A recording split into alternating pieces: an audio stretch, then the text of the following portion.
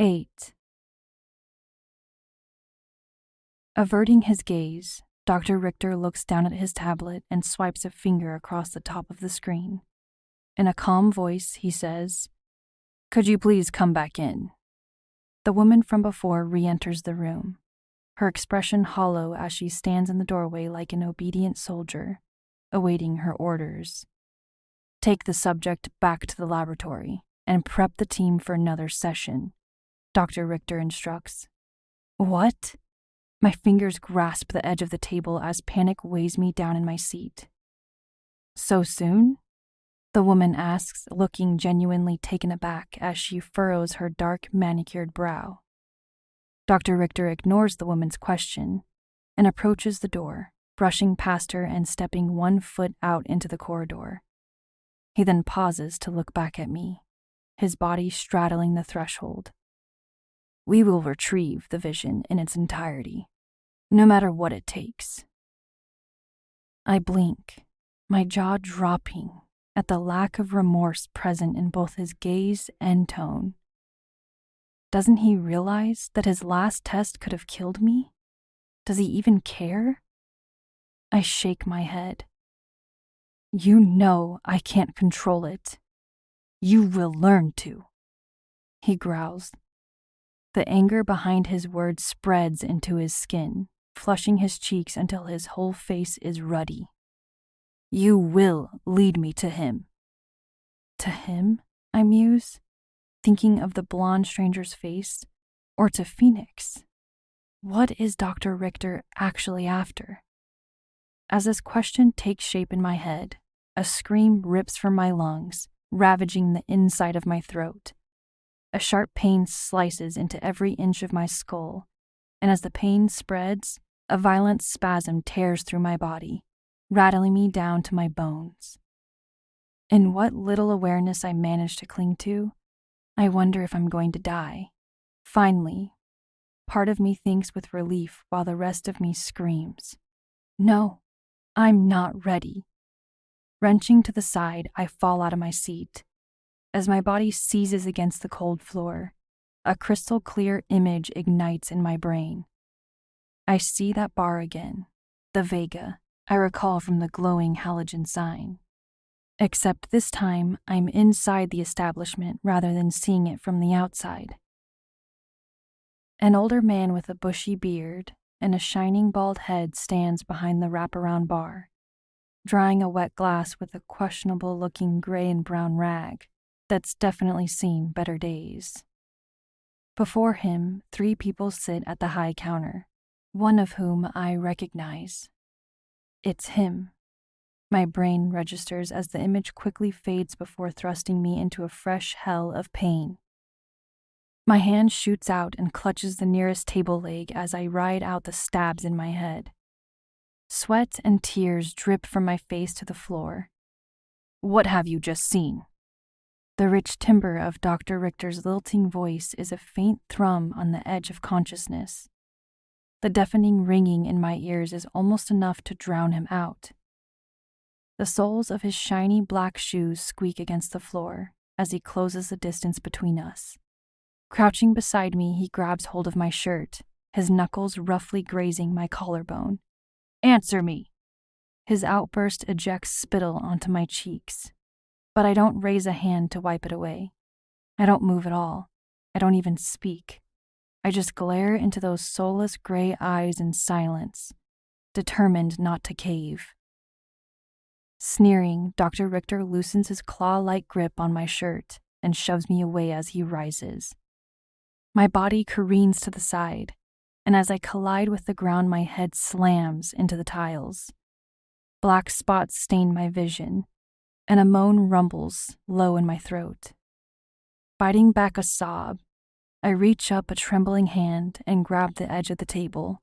Slowly, I pull myself up to my feet, keeping one hand on the metal surface for support until my legs are steady. Once I'm certain I won't tip over, I risk a wary glance at Dr. Richter.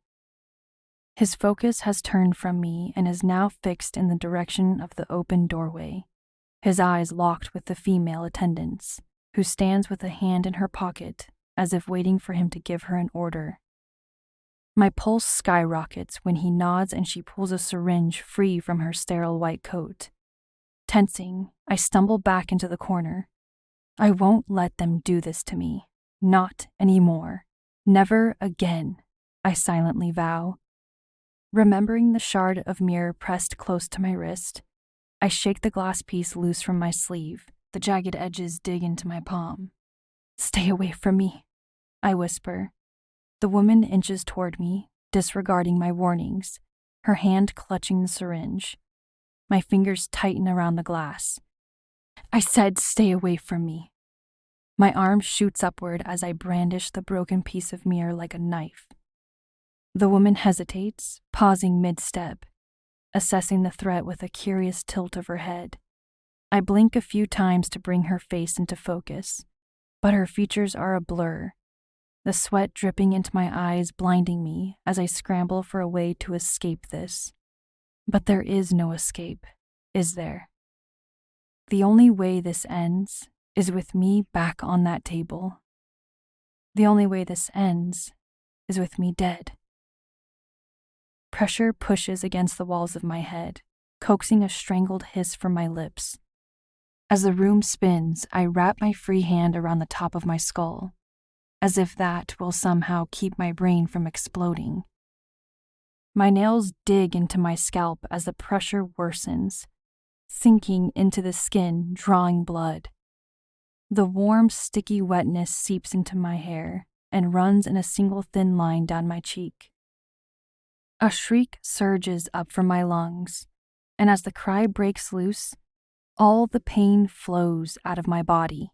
The pressure shoots out of my head like a cannonball, targeting the mirror behind Dr. Richter, which shatters into hundreds of pieces, the shards falling away from the frame to reveal a hidden observation room on the other side of the wall.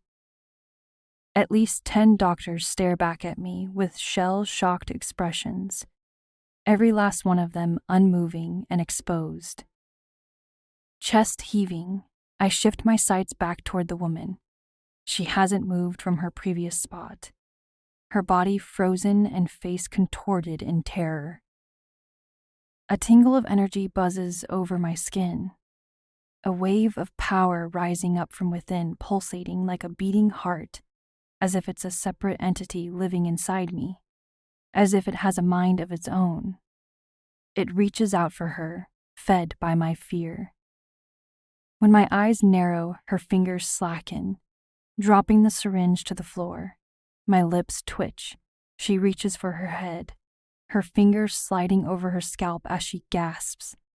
Blue streaks materialize, starting about an inch from her hairline and creep across her face, displaying a swelling network of veins which disappears down her neck and under her shirt. Her eyes roll back, and she falls to her knees. Foam bubbles at the corners of her mouth as she writhes, the saliva mixing with the red tinge of blood. A panicked voice in the back of my head tells me she must have bitten her tongue, but I lack the ability to care. If anything, I only want to cause her more pain. Dr. Richter drops to his knees and flips the woman onto her side, holding her firm against him throughout the convulsions. His eyes find mine as his lips shape hurried words, shouting at me, but I can't hear him. My eyes squeeze shut as the pressure returns to my head, crushing my brain like a grape in a fist. My legs buckle, threatening to drag me back down to the floor, and every intake of air is a struggle as the chaos around me seems to slow to a standstill. But then, the universe springs back into motion, forcing time into a forward lurch and popping the soundproof bubble around me. My eyelids pry apart at the inhuman wail that suddenly pierces my ears, and I glance down to find the attendant thrashing in Dr. Richter's arms. Her skin so white, it's almost translucent. Blood trickles in a steady, constant stream from her nose and ears, as if her insides are melting. With one last heaving cry, the woman goes limp. Dr. Richter stares at her unmoving body for a long moment before daring to meet my gaze. "What have you done to her?" he asks, his voice breathless. A wave of dizziness knocks me off balance, and a surge of bile rushes into my mouth as whatever power possessed me releases its unwanted hold on my mind. It's as if a fog has been lifted off my senses, returning me to myself. I shake my head a few times to clear it. The woman's still body catches my eye, and I know without having to ask that she's dead. Did I really do that to her? I couldn't have. Could I? I peer down at my hands. Although I didn't physically touch her, they might as well be covered with her blood. A tear streaks down my cheek. I did this. I killed her. Swallowing the urge to vomit, I stagger forward one unsteady step, then force myself to take another. This place is destroying me, and if I don't jump at the chance to leave now, it'll consume not only what remains of my sanity, but my humanity. I can't let that happen. My entire arm trembles as I inch toward Dr. Richter and lift the shard of glass to his throat. "Take off your coat." When he doesn't move, I push the sharp tip of the mirror into his jugular until it draws blood. Only a pinprick, but enough to show him I'm serious. "All right," he says quickly. "Let's just remain calm. You're in shock. I can see that. Let me help you." "Help?" A barking laugh rocks my body. "I don't want any more of your help." I spit the word like it's acid on my tongue. "I just want to leave. Now I won't say it again. Take off your coat." His lips press together as he shrugs out of the pristine white garment, and when he hands it to me, I pull it on even though he's several inches taller than me, and the fabric swamps my body. I look like a child dressed up in her father's clothing, but I only need it to disguise me enough that no one here will spare me a second glance.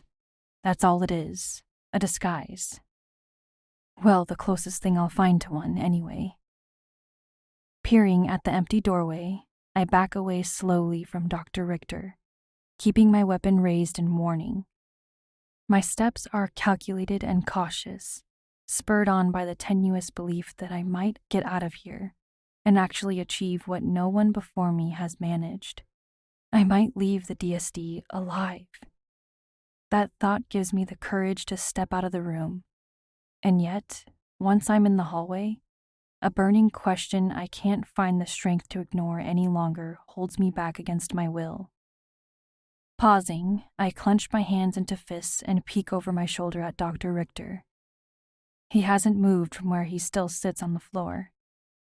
His gray eyes cast down at the small puddle of blood under the attendant's head stretching out across the white tile.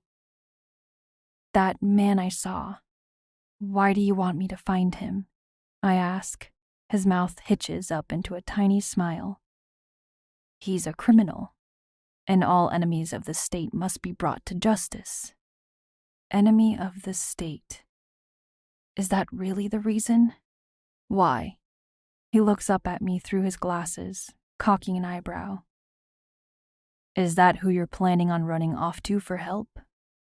I strain my jaw, afraid to say anything that might give even the slightest indication where I'm going after I leave this prison. Dr. Richter seems to see right through my silence. "If you think you can trust him, you're wrong. If you think he'll protect you, he won't." Keeping my face blank, I glance down at the body beside him. "I don't think I need protection. Do you?" As these words leave my lips, I turn away and press on down the corridor, desperate to put as much distance between myself and Dr. Richter as possible. I don't want him to see the tears in my eyes or the mask of false strength as it slips from my face. I just need to get away from him, far, far away, even if that means I have to join Phoenix. Trust doesn't come into the equation for me. Still, His warning follows my every step as I move through the building, keeping my pace slow and controlled to avoid the attention of the watching cameras. At any moment, an influx of enforcers will probably arrive to detain me. But no one comes. No one tries to stop me. My heart pounds in my ears, muting my footsteps as I progress through the labyrinthine facility, taking blind turn after blind turn, with no idea which direction I should head in. After countless corridors and what feels like several hours of searching, the main lobby slides into view. Dread tickles my skin as I assess my surroundings. The space is large, spanning at least 2 stories, and open with minimal furnishings, which are all in varying shades of white and gray. Everything is clinical and clean. There's also nowhere to hide. The path to the doors is wide open, but to get there, I'd be in plain sight of the enemy. A grimace warps my lips as I consider my options. Getting here was easy enough, but escaping from WP headquarters was easy too, and look how that fiasco turned out. Getting out of the DSD is a whole other story. I also can't figure out why Dr. Richter hasn't raised the alarm. He's had plenty of time to do so. And tracking chip aside, it's not like I have a home to run to this time that he can track me down to and corner me at. I could go anywhere in the city, so why hasn't anyone come after me? What is he waiting for? I press my back to the wall beside me and glance around the corner, eyeing the row of revolving glass doors standing like sentries at the opposite side of the lobby. My way out. The only way out. 4 guards keep watch by the long line of turnstiles separating me from liberation. I draw in a wheezing breath, shrinking back out of sight as panic claws at my throat. This won't be possible. It won't. There's no such thing as escape from this place. My teeth grit together as I force myself to think of the man I saw in my vision. Possible or not, I've come this far. I can't give up now. I at least have to try. I have to find out who he is. Exhaling through my nose, I thrust the shard of glass into the right pocket of Dr. Richter's white coat. Then before I can talk myself out of this half-baked, possibly, most definitely, I correct myself, suicidal plan, I turned the corner and trudged toward the doors with confidence, like I belong, like I'm just another one of the monsters. My footsteps merge with the others echoing through the lobby, adding to the quiet whir of movement.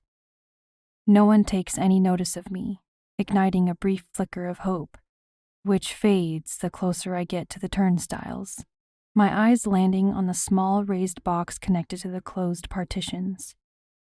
Horror and realization both dawn on me at the same moment. If I prick my finger, the alarm will go off. I don't have the security clearance to leave, which means I'll just be handed back over to Dr. Richter and his team of minions.